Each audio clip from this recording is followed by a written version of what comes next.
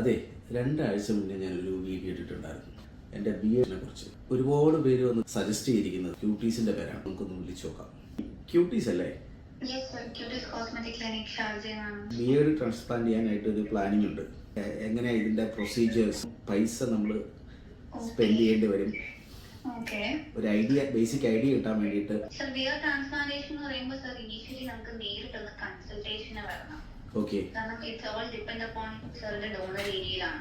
അപ്പൊ നമുക്ക് സാറിന്റെ ഡോണർ ഏരിയയുടെ ക്വാളിറ്റി, ടെക്സ്ചർ, കാര്യങ്ങളൊക്കെ നോക്കണം. കാരണം ബിയർഡിലെ ഹെയർ നമ്മുടെ തലയിൽ എടുക്കുന്ന മുടികളും തമ്മിൽ കംപ്ലീറ്റ്ലി ഡിഫറെന്റ് ആണ്.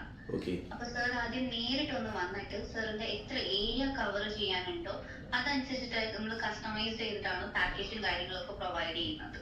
സർ ആദ്യമേ ഇനീഷ്യലി നമുക്ക് ഇവിടെ കൺസൾട്ടേഷൻ വരുന്നത് നമ്മുടെ കൗൺസിലർ ആയിട്ടാണ്. ഞാൻ വരുന്ന ദിവസം തന്നെ നോക്കിയിട്ട് അന്ന് തന്നെ പറയോ ഇതിന്റെ പ്രൊസീജിയേഴ്സ് എന്താണ്? നമുക്ക് പ്രൊസീജിയറിൽ സാറിലേക്ക് ഫോർവേഡ് ചെയ്യാനാണെന്നുണ്ടെങ്കിൽ നമുക്ക് ഇനീഷ്യലി ബ്ലഡ് ടെസ്റ്റും കാര്യങ്ങളൊക്കെ വരുന്നുണ്ട്.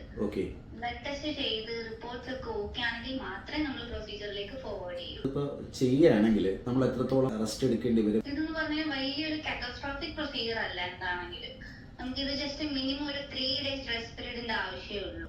അപ്പൊ ഇതിന് വേണ്ടിയിട്ടുള്ള ഹെയർ നമ്മുടെ തലയിൽ നിന്ന് തന്നെയാണല്ലോ എടുക്കുന്നത്? അത് ഫസ്റ്റ് ഒന്ന് ചെക്ക് ചെയ്യണം. കാരണം ഞാൻ പറഞ്ഞില്ലേ, ബിയർഡിന്റെയും തലയുടെ മുടികളുടെയും ടെക്സ്ചർ എന്ന് പറയുന്നത് എൻറ്റയർലി ഡിഫറെന്റ് ആണ്.